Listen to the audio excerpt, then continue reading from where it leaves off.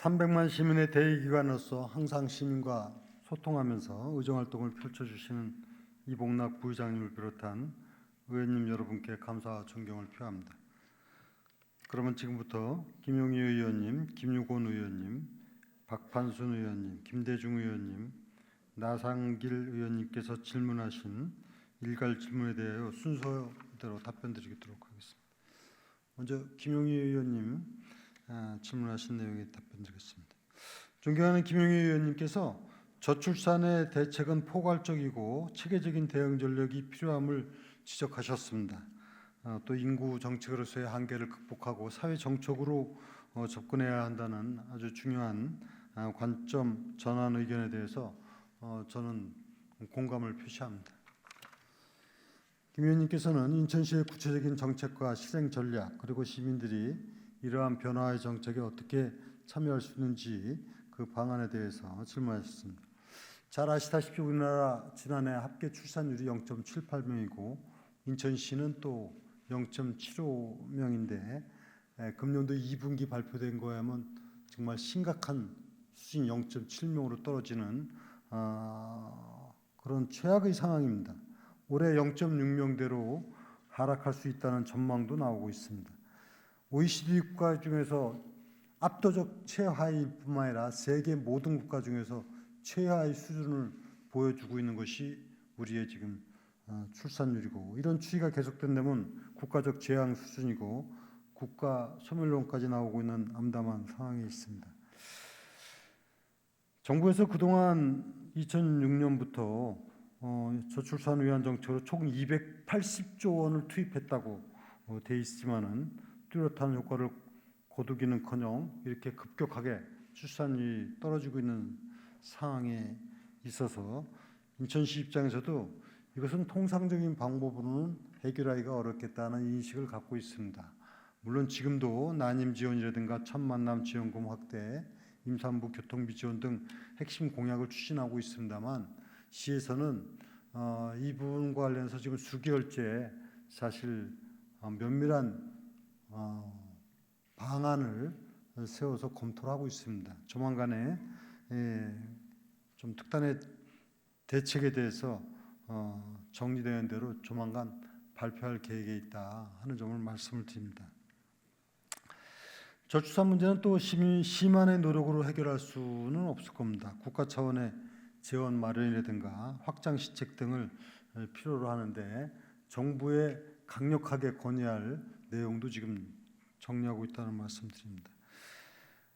저출산은 인구 정책과 직결되는 문제뿐만이 아니라 특히 단순히 출산율 제고의 문제를 떠나서 외국인 이민 정책이나 재동포 역이민 정책 등 종합적이고 다변화된 정책 모색도 필요합니다.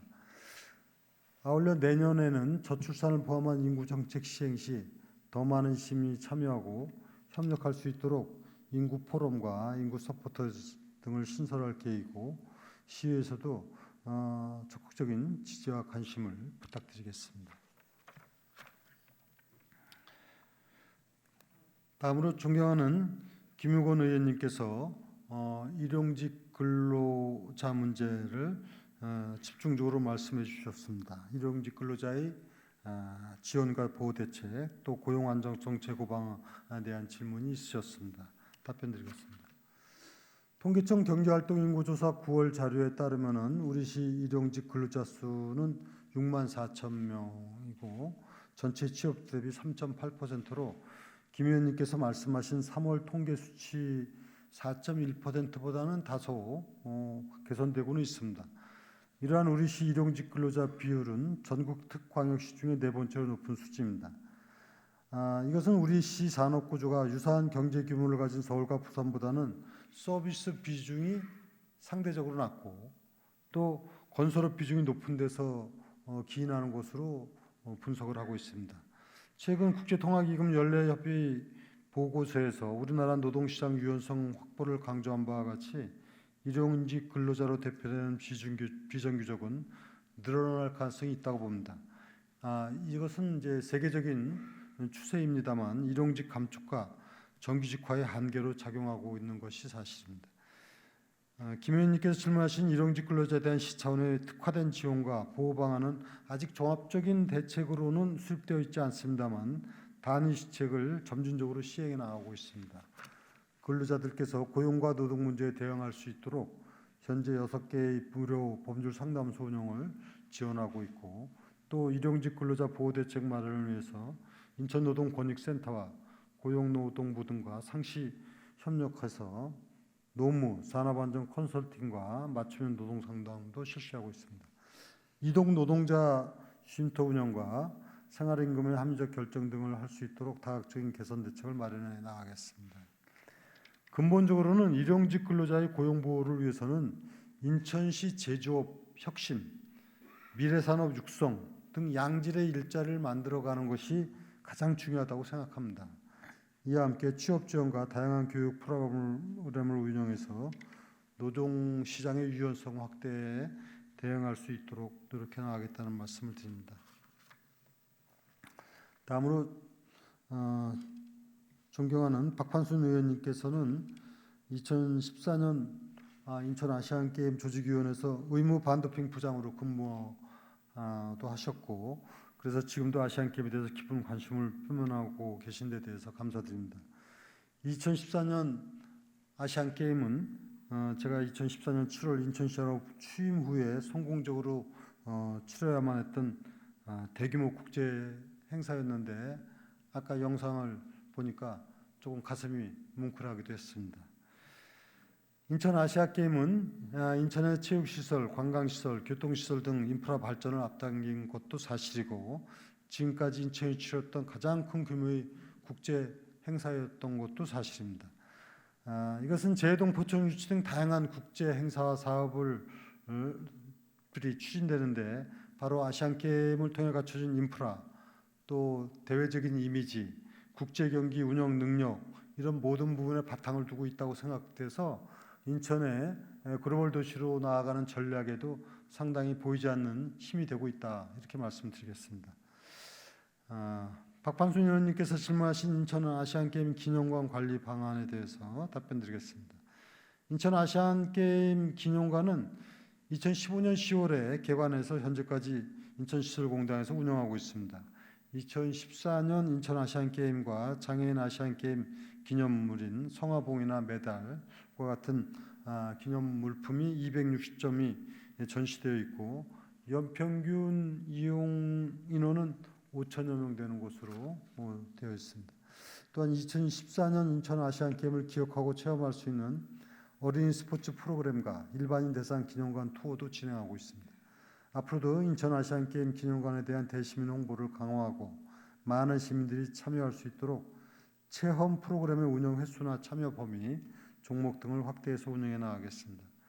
다음으로 박 의원님께서 질문하신 인천 아시안게임 10주년 기념 행사와 관련한 질문에 대해서 답변드리겠습니다. 2014년 인천 아시안게임 10주년을 맞아 일회성 행사보다는 인천 아시안게임의 성공적 개최를 함께 이끈 자원봉사자나 서포터스 2만 5천여 명을 초청해서 아시안게임의 취지를 되새기고 세계 최연료 도시 건설을 위한 디딤돌로 삼고자 합니다. 그리고 박 의원님께서 질문하신 인천 아시안게임 기념재단 설립 계획에 대해서 답변드리겠습니다. 인천 아시안게임 기념재단 설립에 관해서는 2021년도부터 각 분야의 전문가를 구성하여 5차례에 걸쳐서 실무 협의를 진행한 바 있습니다.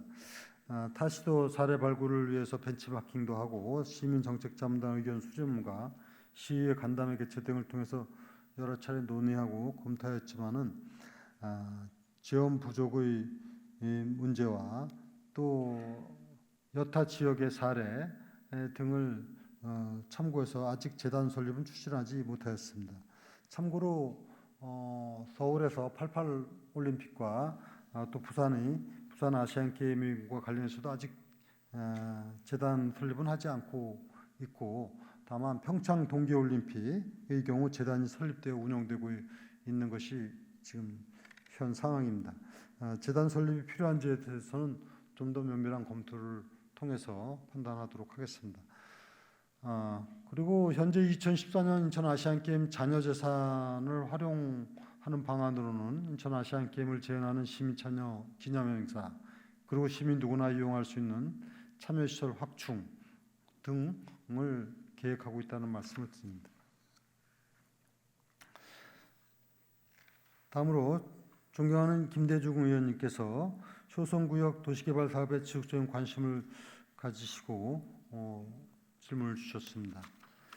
김 의원님께서도 이 문제에 대해서 지적을 하시기를 최소한 정해진 절차도 진행하지 않고 사업 시행자의 보상계획 열람 공고도 하지 않은 채 토지수용은행의 본안실리를 옮기는 것이 타당한지 질문하셨습니다. 답변 드리겠습니다. 잘 아시다시피 토지수용위원회는 공익사업을 위한 토지 등의 취득 및 보상에 관한 법률 제49조에 따라서 토지 등의 사용과 수용에 관한 재결을 하는 독립적인 기관입니다.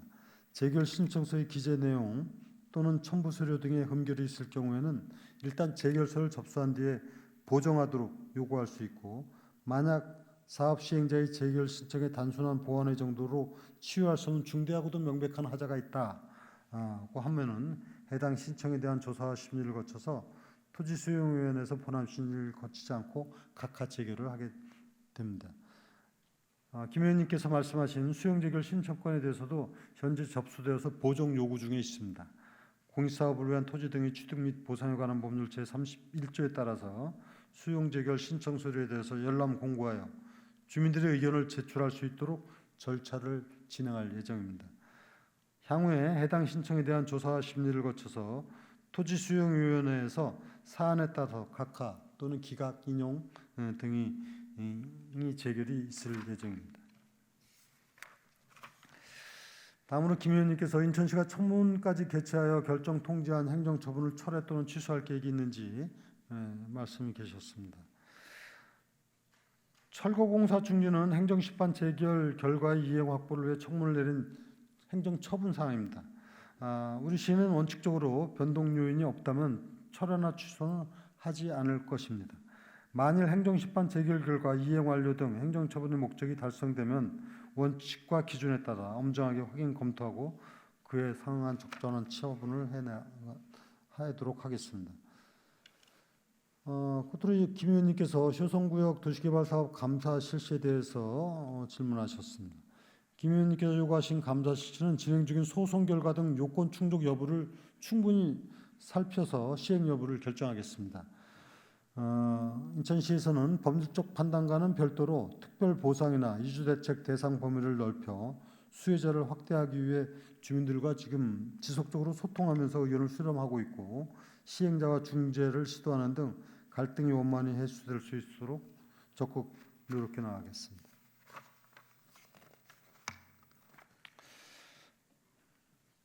다음으로 존경하는 나상길 의원님께서 산곡 청천동 1113 공병단 부지 활용과 관련하여 시 집행부의 적극적인 노력이 필요하다고 말씀하셨습니다. 답변 드리겠습니다. 지난 7월 부평구에서는 토지 소유자인 국방부의 토지 사용 동의 없이 사업 시행자 공모를 진행하였고, 연말까지 민간 사업자를 선정하여 국방부 소유의 부지를 수의계약으로 확보한 후에 종합 쇼핑몰 등의 사업을 추진할 예정으로 되어 있습니다.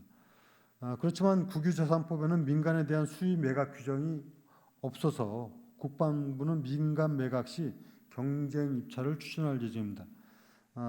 그러나 부평구의 재정 여건을 감안할 때 약 1,800억 원의 토지 매입비 마련이 쉽지 않을 것으로 판단이 됩니다. 이에 따라서 우리 시는 SPC 구성을 통한 민관 합동 개발 방식 등 토지 매입 방안에 대해서 부평과 함께 검토하여 지원하도록 하겠습니다. 다음으로 나 의원님께서 질문하신 인천 자원순환시설과 부평 계양 동북권 자원순환시설 건립의 구체적인 계획에 대해서도 답변드리겠습니다.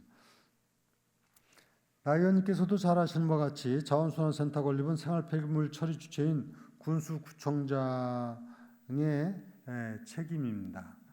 따라서 구청장이 뒤로 물러나 있을 것이 아니라 책임 있게 추진해야 합니다. 다만 각 군구에서 개별적으로 추진할 경우 예산 중복 투자, 국비 지원의 어려움 등이 있기 때문에 현재 2, 3개 군구가 광역화하기로 합의를 하여 권역별로 광역 자원순환센터 건립을 추진하고 있습니다.